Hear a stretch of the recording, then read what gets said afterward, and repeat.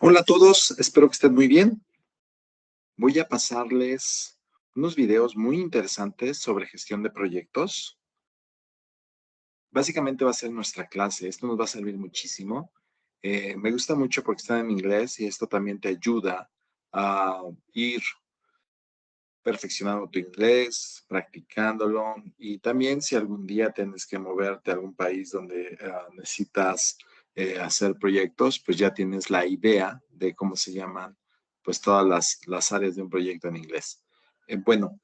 Voy a iniciar, te voy a pasar esta información. Posteriormente te voy a dejar unos trabajos. Tienes que ver los videos y en el área de tareas te voy a dejar unos trabajos. Muchas gracias. Vamos a iniciar.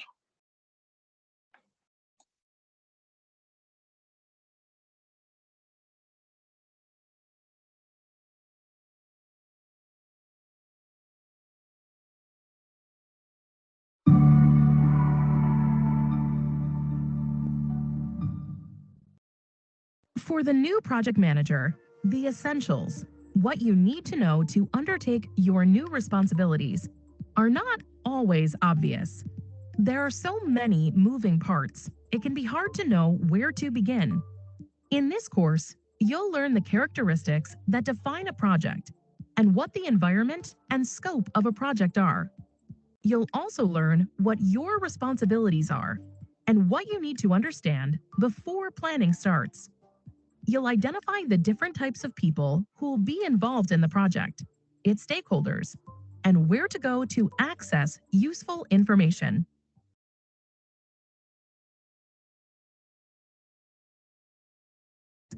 A recommendation is made for the company to spend more time and resources to improve employee onboarding.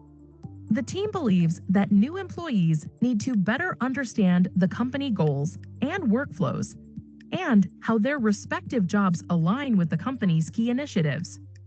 Upper management sign off on the idea, and so it becomes a project.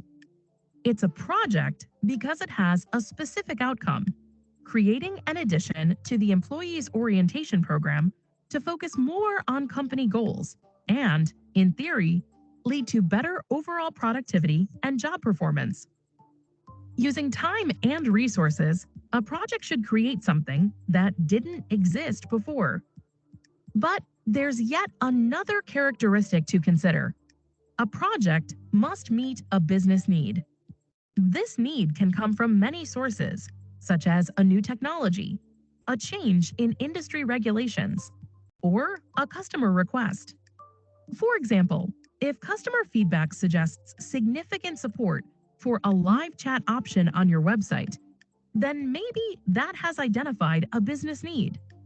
Or if employees consistently complain about how time consuming virtual work collaborations can be, perhaps this identifies the need for improvements in the system's network.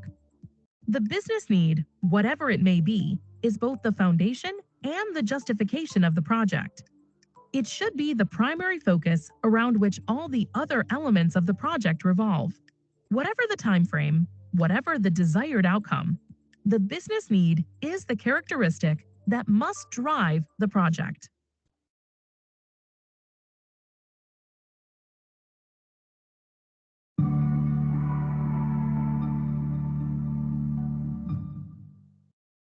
New projects aren't launched on a whim. Experienced leaders know that their business reasons for starting a project need to be very clear. Valuable time and resources are at stake and must be used wisely. Before you're handed a project to lead, its value and utility have been assessed and justified. Business reasons for undertaking a project are generally tangible, meaning that it's possible to place a monetary value on the expected outcome. Financial gain is something that you can see and you can touch. So it's no surprise that financial considerations are often the reason for undertaking projects in business. Such economic factors can include increased revenues, improved profit margins, cost savings, and even things like tax considerations and market volatility. Say a company's shipping costs are rising. A team is assembled to analyze the shipping process and look for ways to reduce costs. They discover that their warehouses are still issuing physical picking tickets. They then suggest an automated process requiring the purchase of new software and inventory devices. Despite the initial costs, the financial gain that will be realized from the process change is clear, it's tangible, and the project gets approved. Another tangible reason for undertaking a project is to create a new asset. This is even clearer if the asset you're creating has value in and of itself. If, for example, your project is to design and build a new piece of machinery that will help your manufacturing company increase its output, then that increased output has the potential to support expanded sales and to increase profits. Customer demand is another powerful business reason for undertaking a project. Identifying customer needs, even as they're changing, can mean the difference between the success and failure of a project. Consider the smartphone industry. Each new iteration that comes on the market represents a project undertaken to produce something new. That something then brings value to the company by meeting a customer need, a need that's always in flux. Smartphones get bigger, they get smaller, they get faster and smarter. Each new feature is an attempt to keep pace with customer need, which in turn translates into an increase in customer demand.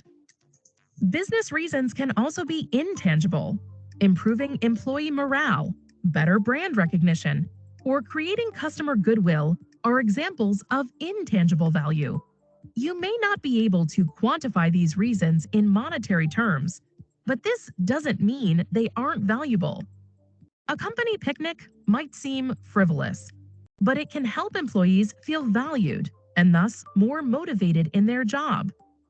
Or if your company were to sponsor an event in the local community, this creates community goodwill and publicity.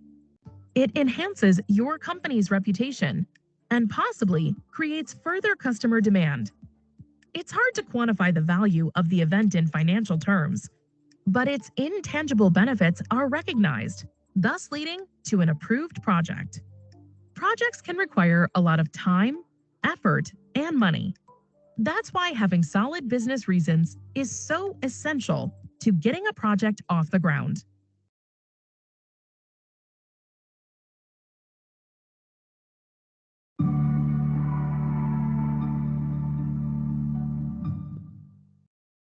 As a project manager, you're responsible for all of the project's moving parts and keeping them connected. A small change to one will have a domino effect on the others. Having a clear understanding of the key responsibilities involved in leading a project will help keep all the interrelated parts working together in harmony. Defining the scope of the project is one of these key responsibilities.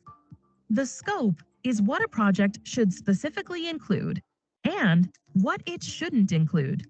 Bear in mind that what everyone visualizes for the project might be different. So defining the scope helps get your team working off the same page right from the start. And by specifying the exact features of the product or service that's being created, you'll prevent misunderstandings that could drain precious time and effort later. Another key responsibility is managing the project budget. A detailed plan of how money will be spent should include a reserve fund to cover the unexpected events that often sidetrack your project. There is also the schedule. Because time is money, the schedule helps keep things on track. The schedule includes the start date, dates for key milestones, and the end date of your project. The schedule can be further broken down into specific activities to make things more manageable. Think of the scope, budget, and schedule as interrelated wheels. The project needs all of them moving together in tandem to get to where you want to go. As the project leader, you must also ensure that quality standards are being met. Referring to the project scope as a guide can help you to focus on the targeted outcomes. Quality checks are needed to make sure that all the features are there and in good working order as agreed. You'll also handle the project resources. This means managing the people, material, and equipment needed to do the work. And in every project, there's an element of risk involved. The risks are the potential events that might negatively affect your project. Managing the fallout from equipment failure or cost overruns is a project manager's responsibility. Part of your plan should include budget and time contingencies to take the risks into account. These 6 areas: scope, budget, schedule, quality, resources, and risks represent the moving parts that you must coordinate. It is also the case that any one or all these areas can be constraints on your project. A constraint is something that is a limiting factor. It will affect the way you need to carry out the work. If you had an unlimited budget and unlimited time, then you could sit back and relax. But coordinating multiple areas under tight constraints is a big challenge. Imagine, right in the middle of the project, you're told the completion date must move forward, as key team members will be needed to work on something else. How can you save time? Do you factor in longer daily working hours with overtime costs eating into the reserve? That's one possible solution. Or are there aspects of the project that could be scaled back to save time? As project manager, it's up to you to work with the team and stakeholders to identify and choose the best options to keep the project's wheels spinning.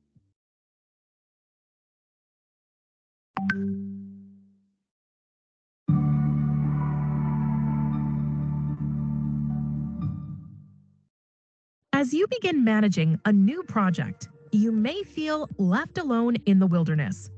You have a lot of responsibilities, a lot of people looking to you for guidance, and a lot of weight on your shoulders.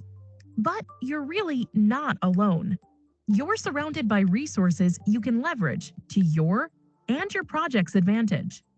First among these resources are your project team members. They're on your team for a reason, and that reason is their experience and expertise. Being the PM doesn't mean you're also supposed to be an expert in every phase of the project. In fact, oftentimes, the PM has only a passing expertise in the project area. That's not the job. That's what the team is for. Beyond the team itself, virtually any organization has its grizzled veterans, experienced colleagues, many of whom have been right where you are now. They've led projects. They've made mistakes.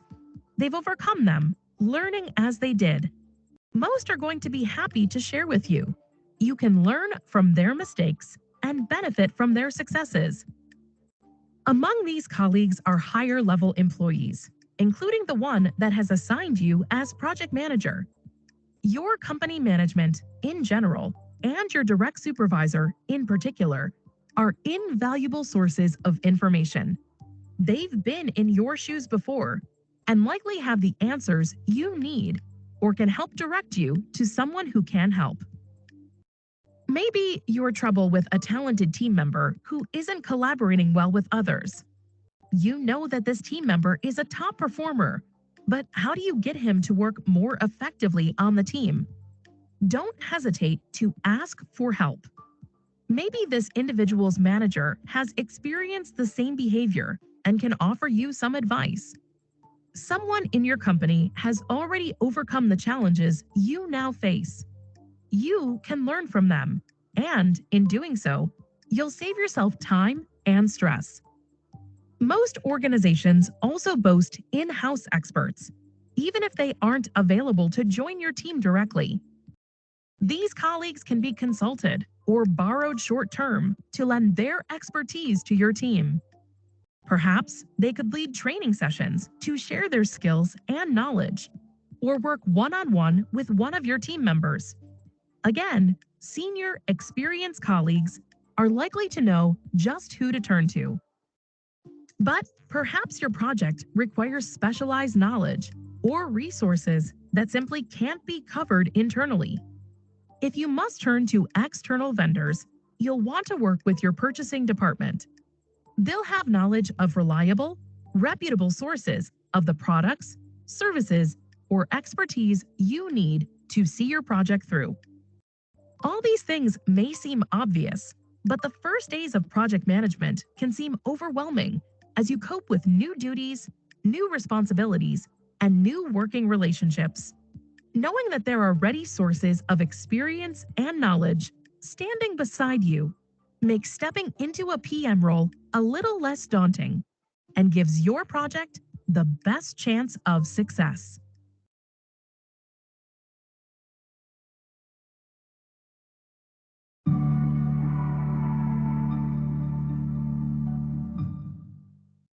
As a project manager, you need to know who's invested in your project.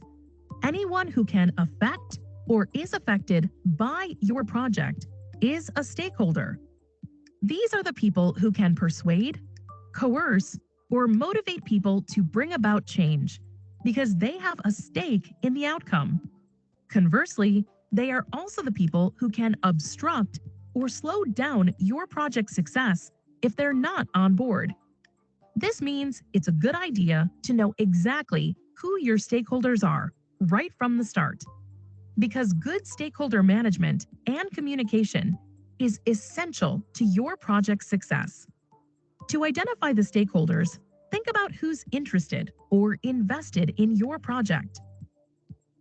Sponsors are among the most critical stakeholders. These are the individuals who fund the project, and they can influence the project from initial scoping right through to the end result. They are closely involved in the project's performance and will require regular status updates. Customers may be stakeholders, and they can be external, buyers of your products and services, or in some cases, internal to your organization, fellow employees who will benefit from your project's success. If, say, your project involves developing new features in one of your products, customers will have direct influence, especially if you're doing market research and asking for customer feedback. It is important to keep in mind that customer satisfaction may be directly related to how they were consulted and engaged throughout the project. Anyone who directly uses the project's product or service is an end user. And end users are important stakeholders that also need to be considered. Although end users are highly interested in the project's outcome, they're not involved directly in the decision making, though engaging end users, for example, through demos and feedback, can help focus the project's development process. Business partners are also key stakeholders. They share risks and opportunities. If they lose focus or pull out, it could set a project back by days or even weeks, or conceivably derail it altogether. Competitors are a set of stakeholders that are unlikely to influence your project directly. However, they might monitor your project, looking for an edge in the marketplace. So, do likewise. Encouraging your team to keep an eye on the activity of competitors may make your project more competitive. And of course, your project team members who perform the project work are key internal stakeholders who have potential to greatly affect a project's progress and outcome. This is especially true for anyone in a decision-making or management role. Stakeholder management is critical at every stage, but especially as you begin. And while some stakeholders are more important than others, key persons at any level can affect the project's progress and outcome dramatically. If you don't consider everyone's expectations right at the start, it will cost you time and money, and maybe your project's ultimate success.